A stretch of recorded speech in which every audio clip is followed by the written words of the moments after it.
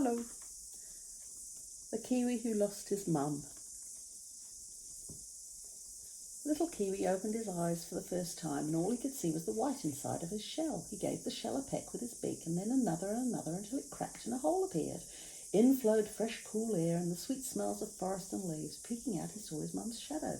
Excitedly, he tapped and chipped to make the hole larger, and twisting and turning, popped his head out. But all the jiggling made the egg wobble around on the nest so much that it rolled out of the burrow, over the clearing, past his mum, and plop into a small but very busy stream. This can't be right, Kiwi wailed as the water carried his egg boat tumbling down to the river. Where's my mum? Bobbing and bouncing, the kiwi tumbled down through the ravines, over waterfalls, through wild rapids, and into bigger and deeper rivers. Eventually the waters became calmer, and the trees and the banks beside the river got fewer and smaller. Soon there was nothing but water all around. Strange water, it smelt different, and it was choppy with little waves. Poor Kiwi, he was lost at sea. This can't be right, he whimpered to himself. Where's my mum? Hello, said a voice. What are you doing here? Kiwi spun round and came beak to beak with a little blue penguin. Hello, he stammered. I don't know what I'm doing here, but I've lost my mum.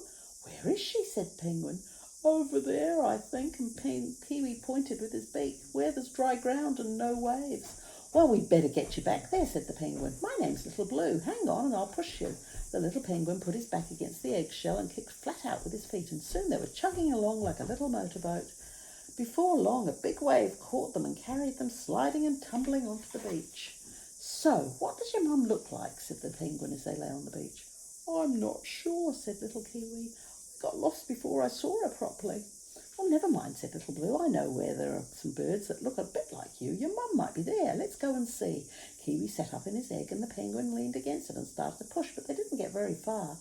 Hey, wait a minute, said Little Blue. You've got feet, haven't you? And with that he hoisted the egg up and shook it until Kiwi came tumbling out. Look at that, Little Blue said. Feet.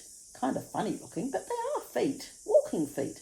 Well, what do you know, said Kiwi, and he happily tried them out, walking along the beach. Over a sandhill, they met a stilt wading in a lagoon. Hello, said the penguin. He's lost his mum. Are you her? The little Kiwi didn't think the stilt was his mum. Her beak was similar, but her legs were much too long and she was too skinny. The stilt didn't think the Kiwi looked like anyone she knew either, but she said, you can join us if you like over here. And she took a few paces and then lifted off, flying. I don't think that's right, said Kiwi as he tried to follow and landed flat on his face in the sand. No, that's not right, decided Little Blue. She can't be your mum, but come on, there's someone over here that looks much more like you. What do you mean, looks like me, muttered the Kiwi to himself as he stared at the duck. The little Kiwi didn't think the duck looked anything like his mother, but he was too polite to say anything. The duck said she didn't know anyone who looked like Kiwi, but asked them if they wanted to stay for a while and have a swim. They leapt in and soon realised that wasn't right either. Kiwis aren't built to float on water. Let's get out of here, Kiwi cried. Little Blue thought he knew where they were going, some more birds with strange feet who might know Kiwi's mum, so off with a soggy Kiwi waddling behind him, they headed off. They arrived at a poultry farm just as the sun was setting, and Kiwi thought the hen's feet looked like his mum's, but he wasn't sure about the rest. He was too tired to think any more, and they were both glad when they were invited to sleep in the hen house. However, after a short snooze, Kiwi woke up. This isn't right, he thought. I think I'm meant to be awake at night. Daytime's for sleeping. But nobody else seemed to know that, and he thought it best not to wake them and tell them.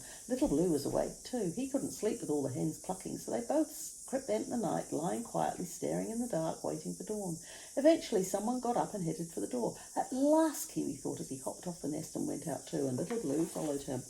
Outside, a few rays of sunlight were just beginning to lighten the sky, and a large bird from the hen house hopped up onto the fence post, took a deep breath, puffed out his feathery chest, and shattered the early morning peace with a feather-raising cock-a-doodle-doo! Kiwi and Penguin were off. A poultry farm with its all-night clucking noises and early morning squawking alarm was no place for them. It didn't look like Kiwi would find his mum there. By the time daylight came, they were deep in a forest. Ah, this is more like it, said Kiwi as he breathed in the fresh air. This feels like where Mum should be. Why don't you call out for her, suggested Little Blue. No, I think she'll be asleep now. I'm sure she sleeps in the daytime, Kiwi said. They plodded through the forest for much of the day, and as night came, they heard a sleeping bird noises coming from a hollow under a log. It could be Mum, said Kiwi, and they peeked in and saw a big bird sleeping soundly in a big pile of dried leaves. No, it doesn't look like Mum, Kiwi said, but the nest looked mighty inviting. They crept in and curled up beside the big bird, and soon they were fast asleep. Boom! Boom! In the middle of the night, they were blasted from their sleep with a tremendous booming noise coming from right beside them. The bird had puffed itself up like a balloon and was making a noise like a monstrous drum. This isn't right, screamed both the kiwi and the penguin as they shot out of the hollow and away from the bush. They ran until the booming noise was left far behind. What was that? They asked each other when at last they clapped behind a log. That was Kakapo, replied a voice, and a kia hopped out of the darkness and onto the log. What are you two doing here? He's lost his mum, said Little Blue, and I'm trying to help him find her. The kia peered closely at the kiwi. Hey, I know a mum who's looking for a baby, and she looks a lot like you, he said. Mum? Looking for me, said Little Kiwi, suddenly wide awake. Where is she? I might be able to take you, offered Kia. You're both small enough to carry, so hop on my back. The kia flew up into the branches, and as morning dawned, soared over the treetops' rocky ridges. Here we are, he said, before long, and glided down to a small clearing by a stream. Over there, he whispered. Kiwi looked, and there in a burrow under a tree, asleep on her nest, was his mother. Kiwi rushed over and looked closely at his mum. Her beak looked right, her feet were right, and she wasn't making any strange booming noises, and he nestled in beside her, and she smiled happily in her sleep. And as the kia and the penguin got ready to leave, they heard the little kiwi quietly whisper, This is right. Are you glad he found his mummy? I was a bit worried because I thought he was so far away he'd never find her. Night, night. God bless. See you in the morning.